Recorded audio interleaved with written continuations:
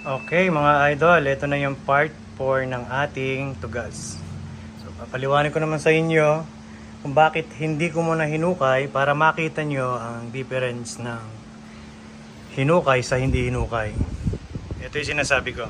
Ito kasi nung una may balat to. Ngayon ang ginawa natin ay tinanggal natin para makuha lang natin yung lifeline niya na yun, di ba? So, ito ngayong parte na to, yung pagitan ng shari at ng lifeline, hindi natin to hinukay. Ayan, nakita nyo, ayan. Ayan, hindi natin hinukay. Nakita nyo? Yung tinanggal nating balat, kumakalat uli. So, paano natin mapipigilan yan? So, ang ginagawa ko ngayon dyan, tinatanggal ko to at nilalaliman ko yung hukay doon sa shari na papaloob.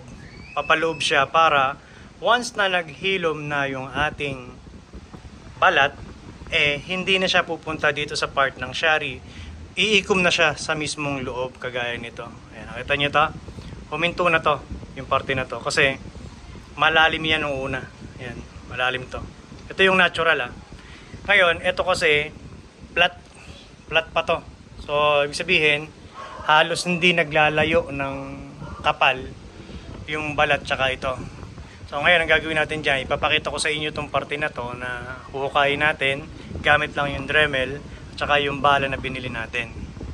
So ito na yung binili natin na bala. Ngayon, sa 10 na yan, ito yung kailangan lang natin, yung bilog. So, kunin natin. Ito yung may sugat ako. So ito yung gagamitin natin para maganda yung gilid nito. So ito naman yung aking Dremel na Makita. So 220 volts.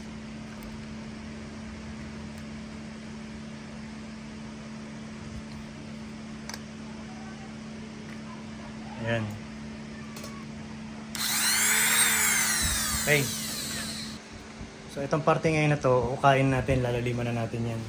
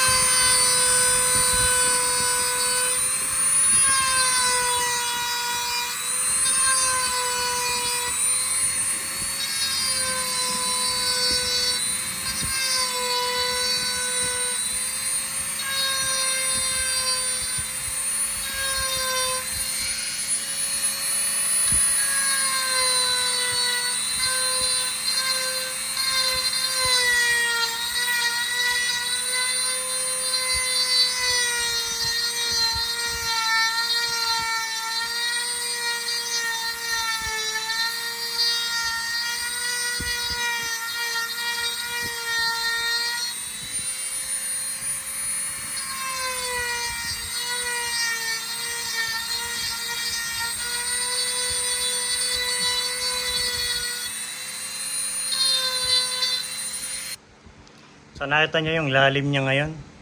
Grabe di ba? So ito ngayon, pag naghilom ngayon to, papaikom na yan sa loob. Hindi na siya kakain dito sa shari. Imagine niyo mga idol, hindi ko ginawa yung tama nung nakaraan para ipakita sa inyo yung gagawin ko sa kanya at para mai-apply nyo sa inyo at hindi na magkamali, di ba?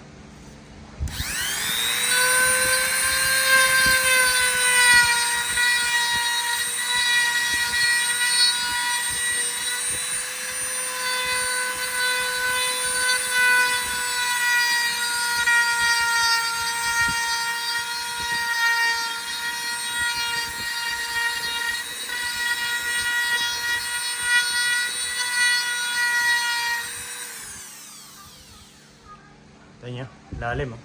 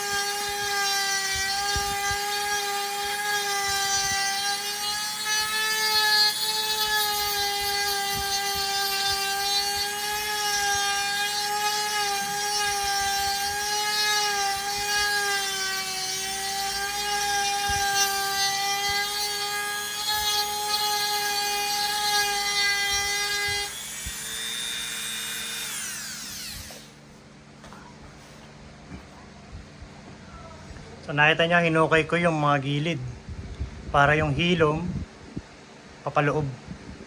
Hindi na siya kakain dito.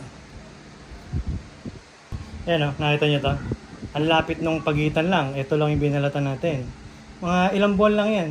Balik uli sa dati yan.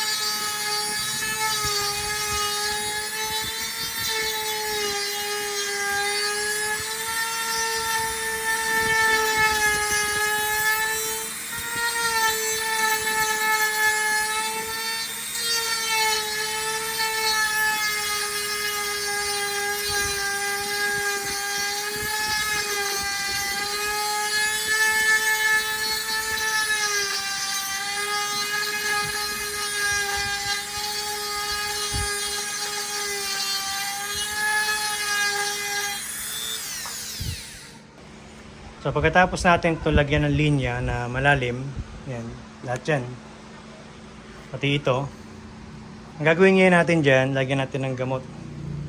So pag nilagyan ng gamot yan, nakita nyo kanina hilom, di ba? So ganun ang mangyayari sa kanya. Ang kagandahan, linya na talaga yan. Hindi na siya babalik sa normal. So dito naman tayo. Ito ngayon mga idol, ito yung pinagputulan ng tapering ng trunk natin. Then ito ngayon, huhukayin natin to. Pagkahukay, lagay ng gamot, tapos lagyan ng aluminum foil duct tape. Mas mabilis naghihilom ang tugas kung mayroong aluminum foil duct tape.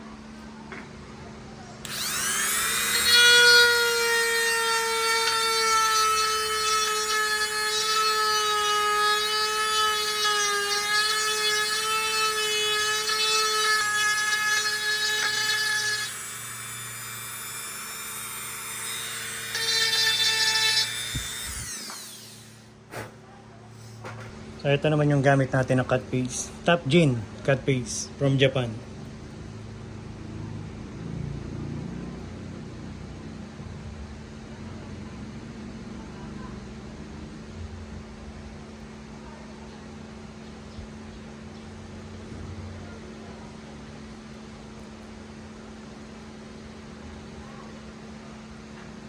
Ilalagpas ko dito sa gilid na to para kumapit yung ating duct tape. Kasi pagka hindi nilagyan, kahit may pandikit yung duct tape natin, natatanggal siya.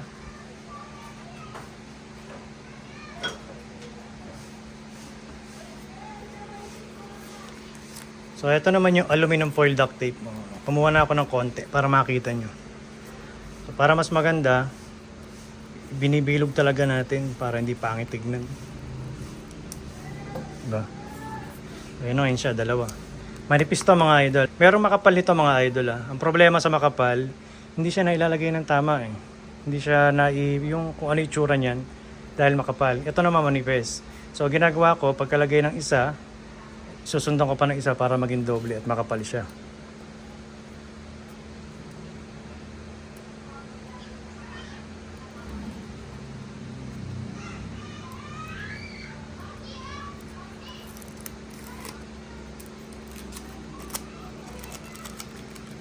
Para lang talaga siyang foil na manipis.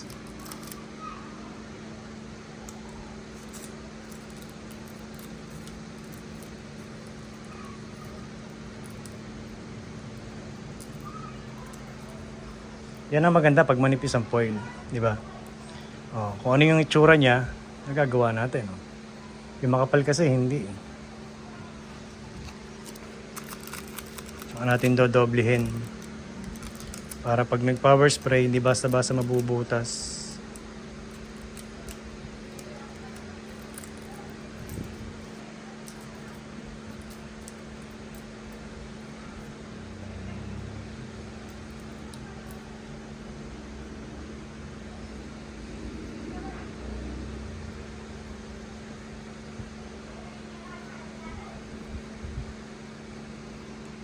Ayan, di ba? So ayan mga idol, hanggang dito na lang ang ating video at pinakita ko lang sa inyo yung mga dapat gawin. Pagka ganyan magbabalat kayo ng shari at kinakailangan linyahan nyo na kagad siya para yung balat hindi na kumain dito at papaikom na sa loob.